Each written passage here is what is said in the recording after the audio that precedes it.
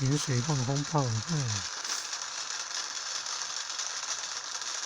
因为疫情啊，我有直播，所以现在用手机看直播已经在盐水国中放主要是做炮仗第4座了星光延寿进线了，第3座国泰延寿，第2座日立冷气，第1座不没有直接看到听到不知道。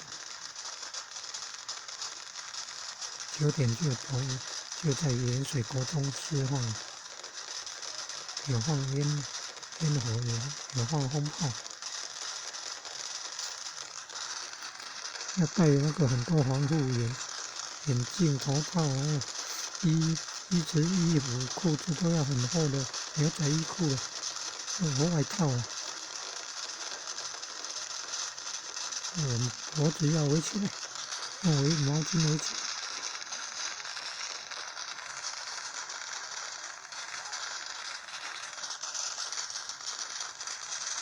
蓝天地方新闻直播，裤管要扎到那个鞋子里面，做好保护措施，还要戴口罩好新冠肺炎疫情。光绪清朝末年，光绪11年，日本盐水武庙那边的盐水那发生瘟疫，然后民众请示武庙关公关圣帝君，经指示说要绕境放鞭炮，用鞭炮的烟硝流放烟硝，清除空气中的病毒，瘟疫病毒。后来有效，然后延续下来的变成为元宵节放轰炮。如果没有这个新冠肺炎疫情的话，元月13号晚上就要绕境放轰炮，元月14号晚上也有绕境放轰炮。绕到好像隔天早上，你看2天的晚上的活动到隔天凌晨，范围很广放轰炮。然后因为新冠肺炎疫情，定点改采用定点释放轰炮。根据武庙的人员说，有15个定点。先从武庙开始有7座炮场的轰炮释放，然后9点是在盐水国中是主要炮场，有4座主要炮场轰炮的释放。现在是在盐水国中，9点就要开始了，现在已经快10点了，你看放那么久，直播活动是到10点半而已。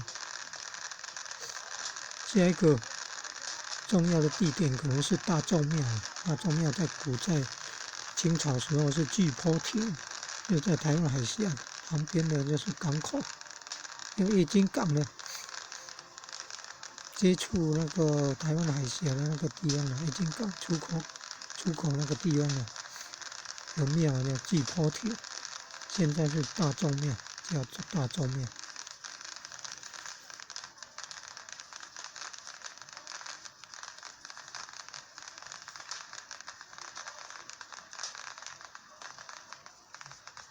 那边也会释放那个轰炮，也有炮仗。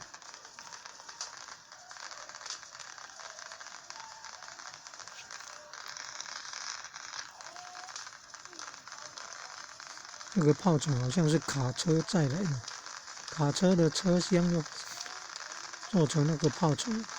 你看，车厢上面还有一层，也是很多的轰炮。据说有3层呢。那卡车的左右面都可以自动掀开来，然后你看就可以看到炮车，就可以放轰炮了。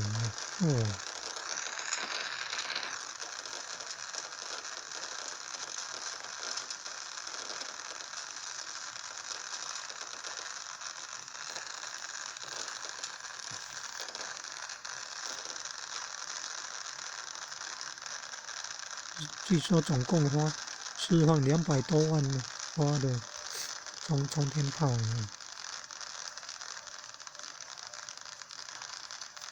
不晓得是只有盐水国中这边试做主炮城就200多万发，还是全部整个晚上释放了轰炮了？200多万发已经很多了。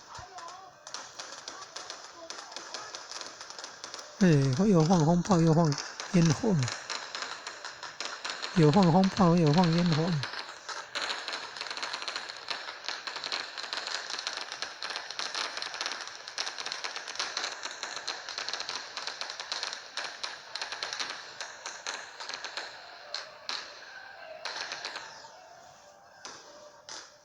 刚刚也看到外国人来看了，还在做现场那个导播了，现场说明都要戴安全帽，防护设备。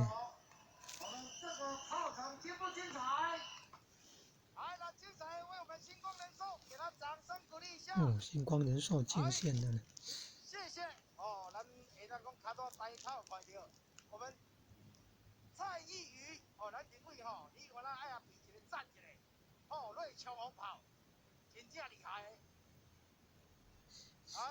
敢啊！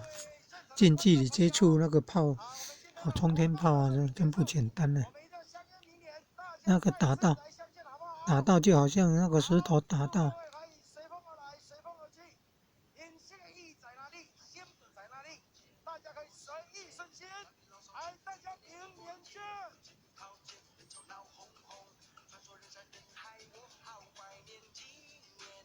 直播说要到晚上10点半，但是现在10点01分了，已经在喊再见了。还有这个蓝天电视台要报道。在我们盐水国中的部分，在晚上9点多的时候，由市长黄伟哲进行试做的主炮城的一个这个起炮。那我们今年的盐水风炮因为疫情的关系缩小规模来做举办，没有做这个绕境，同时也没有让民众来做离炮。但是今天晚上透过直播的方式，将炮城的这个释放的这个情形，透过直播方式给我们所有的好朋友来做分享，也期待说今年的一个炮城释放之后，能够将疫情来做退散，我们明年能够顺利来正常的举行我们的盐水风炮。那今天晚上在我们的盐水武庙广场进行相关的直播就进行到这边，也祝福所有的乡亲朋友们能够平安健康，也希望我们台湾的疫情能够早日退散，来恢复我们正常的一个生活。我们2022年台南的盐水迎风炮的现场直播就进行到这边，感谢所有来做观看的这个朋友的一个这个收看，我们的直播就进行到这边，感谢所有的好朋友，谢谢大家，谢谢。优秀蓝天电视台在做介绍呢，优秀。